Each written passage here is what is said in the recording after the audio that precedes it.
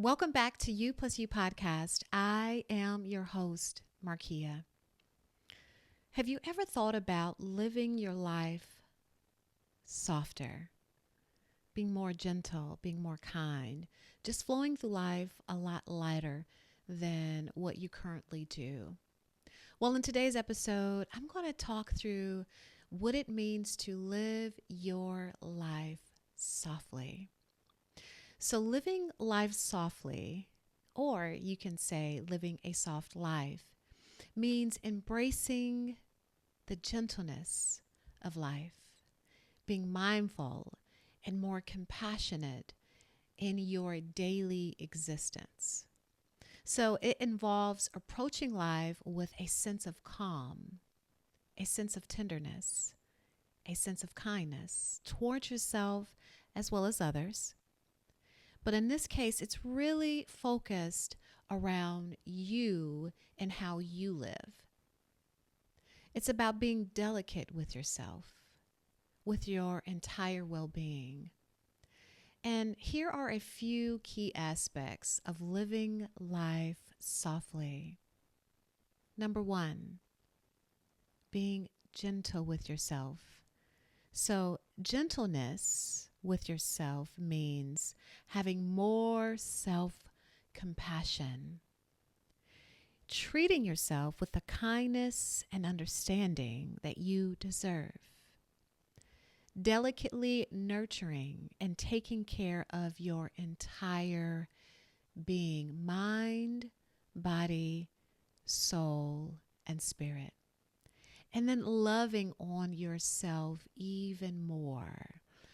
Every day, you should have a practice of loving on yourself from a very kind and nurturing and gentle way.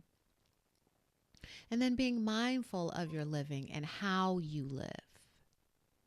Meaning, paying attention to the present moment without judgment. Now, we are all guilty of judging ourselves, being our biggest critic, right? But when you're living life softly, you are working to eliminate that judgment critic, right? And you do this by, again, paying attention and being present in moments. So this involves mindfulness, meditation, mindful eating, and being fully present in your activities and self. Whatever those activities are, your daily, normal activities, being mindful and present in those moments. And mindful eating, I'm going to go back to that because it is so very important that you are mindful of what you put in your body. You are mindful of not only of the food that you eat, but what you drink, right? What you listen to, what you watch, the people that you associate with, your thoughts, your actions. All of that is this mindfulness that's very important when it relates to living life softly. And then being gentle with yourself, meaning not mishandling yourself, being a good steward over you and with you. It's important that you are a good steward. Typically, we are good stewards over everything else but ourselves, right? And so when you think about this gentleness with yourself, you think about being gentle with yourself as you would a baby. That same way that you're delicate with a baby. That same way that you handle a baby very softly, kindly, lovingly. You're going to do that same thing to you and for yourself. Number 2, gentleness with others. Now, it's vital that you're gentle with yourself, but it's also important that you are gentle with others, meaning you're going to show kindness and empathy, right? Because Oftentimes, we as humans are very critical of not only ourselves, but critical and judgmental of others as well. So showing understanding and compassion towards others, right? So as opposed to responding to someone and their negativity, you just observe, right? No need to respond, just observation. You don't have to take it upon yourself to say anything to anyone. It's just you just observing that individual and their behavior, not allowing their behaviors to affect you, right? And then offer help when you can. Be a listening ear. Be considerate of others' feelings and perspective. Now, I'm not saying to self-sacrifice. I don't believe in self-sacrificing. But I do believe in offering help with wisdom, being a listening ear with wisdom, being considerate of others' feelings and perspectives with wisdom and in wisdom, right? And then positive communication with yourself first, right? Use gentle and encouraging language towards yourself, with yourself, avoiding harsh criticism, and instead providing constructive feedback with care. And you can do that with yourself. Number 3, creating a peaceful environment. The world is chaotic enough. And so if you're able to create a very tranquil space for yourself, calming environment for yourself, it's a reflection when you go out into the world. So if you're calm and tranquil within yourself, then you carry that into a world that needs that peaceful, calm, and tranquil self that you bring. So design your living space to promote calmness and relaxation. What does that look like for you? Like look at your current environment right now. Does it promote calmness? Does it promote relaxation? Is it tranquil? Is it a peaceful environment? If the answer is no, then think through how that looks for you, because every environment is going to be different for each individual, right? What does that environment look for you? How does it feel? And then begin to create that environment for yourself, because this really can include a variety of different things. It can be soft lighting. It could be soothing colors. It could be bright colors. It could be plants. It could be a variety of different things that make sense for you. And then incorporating nature, like even natural elements such as plants, as I stated. Because what happens is when you are able to incorporate live things within your home, such as plants and so forth, and flowers, it could be herbs, right? It brings that calming effect, because you're taking what's outdoors and bringing it into your home to add that peaceful, calming element. And then incorporating peaceful routines, right? So you're going to establish routines that bring a sense of calm and order to your day and into your day. What could that be, right? What is that routine that you feel can be calming? This can be a morning ritual, maybe meditation and prayer, journal entry. What is that? Maybe making a cup of tea or a cup of coffee and just sitting in silence. A calming bedtime routine, to help you to rest at night, so that when you wake up the next morning, you wake up with peace and tranquility. Or it could just be regular moments of quiet reflection, as I stated earlier, right? All of that is important, but you find what works best for you. In my office, I actually have a small waterfall, and the sound of the water brings me comfort. I also have plants. I'm sure you can see that in the background. I love plants, so I have plants throughout my home tons of plants in my office. I love the sunshine, so I open my blinds to bring the light in, right? Because it helps for me to keep a very positive and regulated sense of self. Number 4, cultivating gratitude and joy. Why is this important? Gratitude is vital. We can always easily find things to complain about. That's easy. But when you're able to flip that and find the goodness in whatever the situation is, it literally shifts how you move through life. So having a gratitude practice, meaning regularly taking time to appreciate the positive aspects of your life, even if it's just the smallest thing, but getting in a habit of recognizing those things really builds up. It just provides you with this sense of goodness within.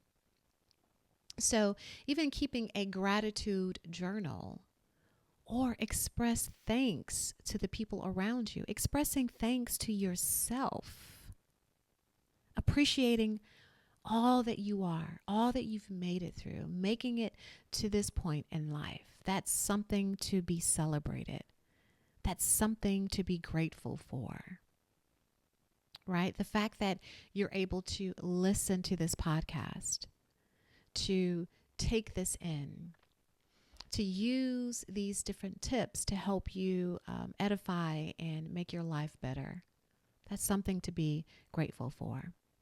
And then finding joy in the simple pleasures and the simple things. Savor the small moments that brings you happiness, such as enjoying a cup of tea. I mentioned that earlier. Watching the sunrise or the sunset, or spending time with loved ones, or even just having time for yourself in the busyness of your everyday life, right? Whatever that time is, driving home from work, in the bathroom. I mean, whatever the time that you are able to take for yourself and spend time with yourself. You know, those are those quiet moments that you can use and hopefully appreciate. And then show gratitude towards and for yourself by affirming how amazing you are. Saying how much you love yourself. Telling yourself that you love yourself often, daily. It's important to hear your own voice to say, man, I love you. I love you so much, right? And encouraging yourself, and then saying nurturing words to yourself. When I tell you, it just does something to you. It brings up this sense of love. I feel that it's so different from hearing someone else say it. When you hear yourself sincerely say how much you love yourself, it gives you a vastly different feeling. And as I stated, never go a day without telling yourself how much you love yourself. Because you need to know, you need to hear that from you often. Probably more often than you hear someone else say it to you, right? Number 5, being gentle with your actions. What does that mean? That means that you are going to do this thing called slow living. The world is filled with, where everything has to be instant. The microwave, right? Drive-through restaurants, everything instant. But have you just taken the time to just slow down, right? Instead of going to a fast food restaurant to get a meal, why not slow cook your meal?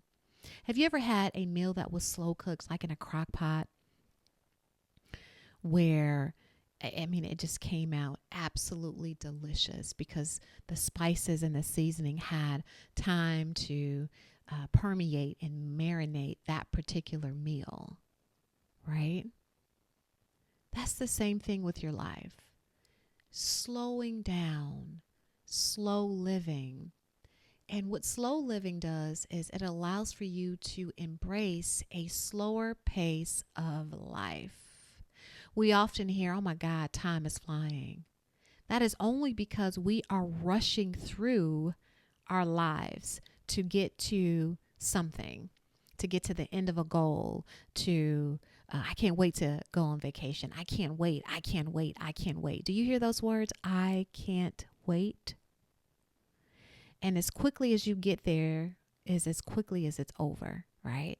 You've been on this vacation. You're like, oh my God, I can't believe 7 days have passed already. That was quick.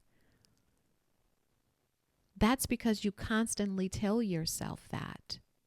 And because you never allow yourself to just pull back and slow down and just take it all in, like taking a deep breath. There is no rush to get to the end. Because once you get to the end, there is no turning back to repeat whatever it was, life itself. So slow down. Stop rushing. I remember creating this poem called I Rush Not. And I talked about savoring every moment, rushing not to the end to get to the end, but taking my time and pacing myself, allowing a beautiful cadence through life so that I can enjoy those moments before I get to the end. Because by the time I've made it to the end, I'm usually fully fulfilled because of the time that I've taken to walk through, to enjoy, to just stop and smell the roses, right? So there is no rush. And time is honestly just an illusion. You have more control over your time than you realize. So embrace slow living. Embrace a slower pace of life and through life. And this means taking the time to enjoy your experiences fully. Taking the time to enjoy your experiences fully, rather than rushing through them, rushing to get into the store, rushing to get out, being impatient in traffic and not really enjoying whatever that moment is that you're in. Slow down. And then gentle movements. So you're like, Markia, what is gentle movements? What does that even, how do I implement gentle movements into my life? Number one, by pacing yourself. Incorporating activities that promote physical gentleness. What does that mean? Have you ever tried hugging yourself? Try hugging yourself and do it very gently, very lovingly, right? Another way of gentle movements can be doing yoga, stretching, a leisure walk. It could be a leisure run, but doing it leisurely, right? Taking your time to enjoy the walk. No need to race through or walk super fast. Naturally, I am a very fast walker. I think fast, I move fast. But there are times where I have to pull back, slow down my pace, slow down my thinking, slow down my conversation and my speech. Just slow down and embrace where I am right at that moment. Gentle movements can be so many different things. But really, in essence, what it's about is moving through life softly, lightly, gently. No force, no aggression, no fast pace, just embracing and taking time to take it all in. So living life softly is about finding a beautiful balance, being kind to yourself as well as others, and creating an environment that fosters peace and contentment. Not laziness, but peace and contentment.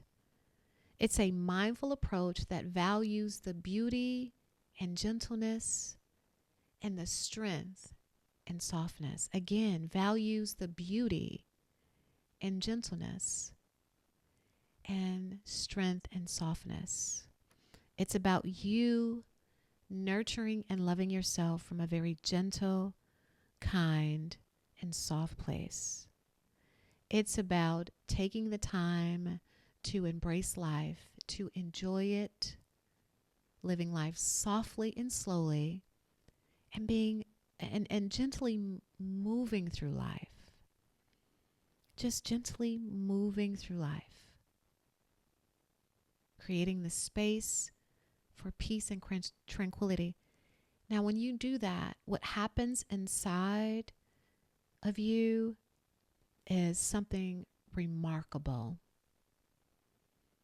because you become more at peace with the way that your life is moving at a slower pace, giving you more time in the day, giving you literally more time in your life. Because the fact of the matter is that you have more control, as I stated earlier, over your time than what you realize.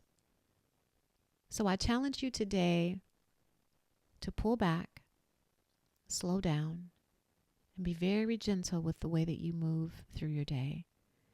Very intentional with the way that you move through your day. Be mindful of your thoughts.